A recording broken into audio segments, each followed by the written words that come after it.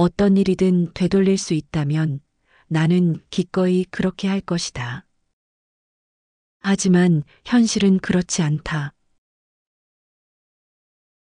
이 말을 들으면 대부분 고개를 끄덕일 것입니다. 과거는 돌이킬 수 없고 후회한다고 해서 달라지는 것은 없다는 것을 우리는 알고 있습니다. 그럼에도 불구하고 왜 우리는 여전히 과거를 붙잡고 괴로워하는 걸까요?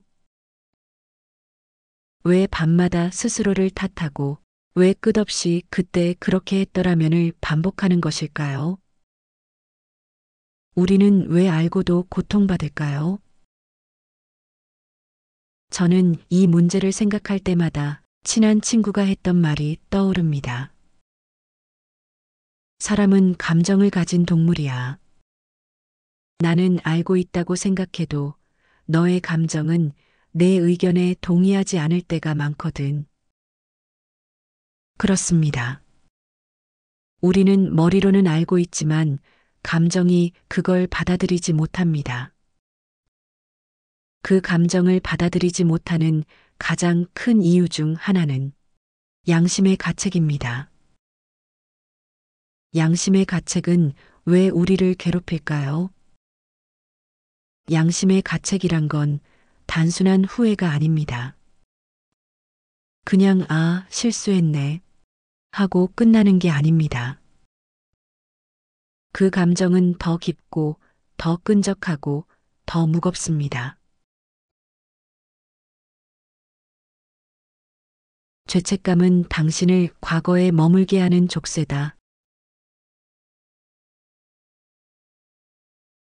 우리는 어떤 순간이든 최선을 다합니다. 하지만 결과가 좋지 않으면 과거의 내 선택을 의심하죠. 내가 그때 다른 선택을 했다면 어땠을까? 내가 조금만 더 노력했으면 어머니가 덜 아프셨을까? 내가 그때 그 말을 하지 않았으면 친구와 멀어지지 않았을까? 이런 질문들은 끝이 없습니다. 그리고 이 질문들이 깊어질수록 우리는 점점 나쁜 사람이 되어가고 있습니다. 나는 부족한 사람이야. 나는 왜 이렇게 무책임할까? 나는 왜 항상 중요한 순간에 실수를 할까?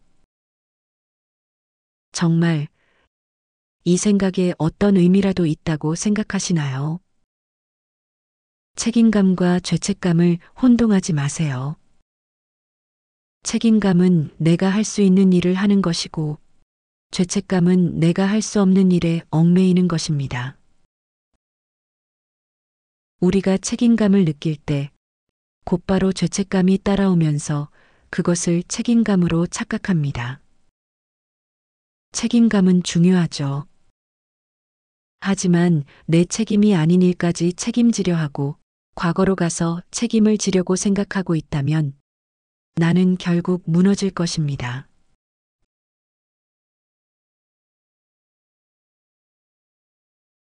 당신이 모든 것을 책임질 수 없다.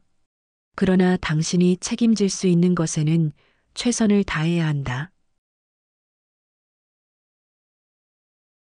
내려놓아도 괜찮습니다. 그런 일에만큼은 양심의 가책을 버려도 좋습니다. 이 말을 들으면 어떤 사람들은 불편할 것입니다.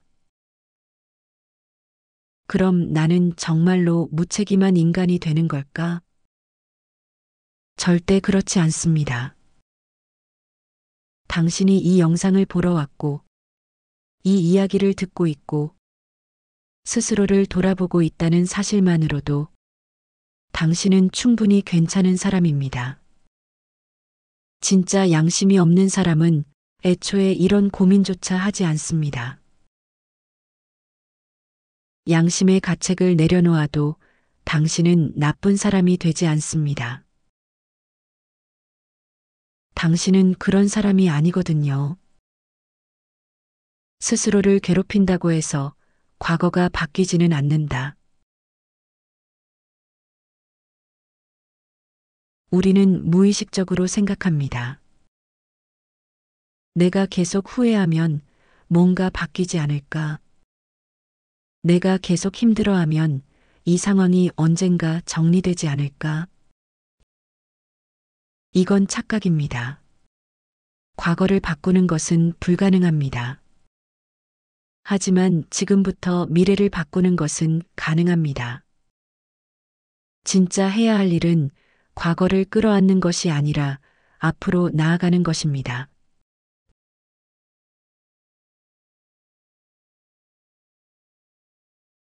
불안에 휩싸일 때마다 이렇게 생각해 봅시다. 내가 신경 써야 하는 것은 무엇인가? 해결할 수 있는 문제인가? 그렇다면 최선을 다하자. 해결할 수 없는 문제인가? 그렇다면 인정하고 내려놓자. 우리는 해야 할 일과 내려놓아야 할 일을 구별해야 한다. 죄책감에 나 자신을 가두지 마세요. 내려놓아도 괜찮습니다. 당신은 나쁜 사람이 아닙니다. 이제 내가 정말로 해야 할 일에 집중하세요.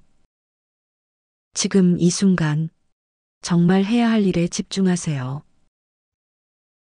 당신 앞에 놓인 삶을 살아가세요.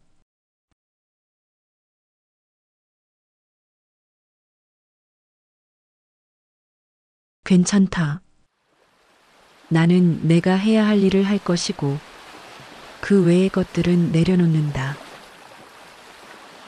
그리고 나는 다시 살아갈 것이다.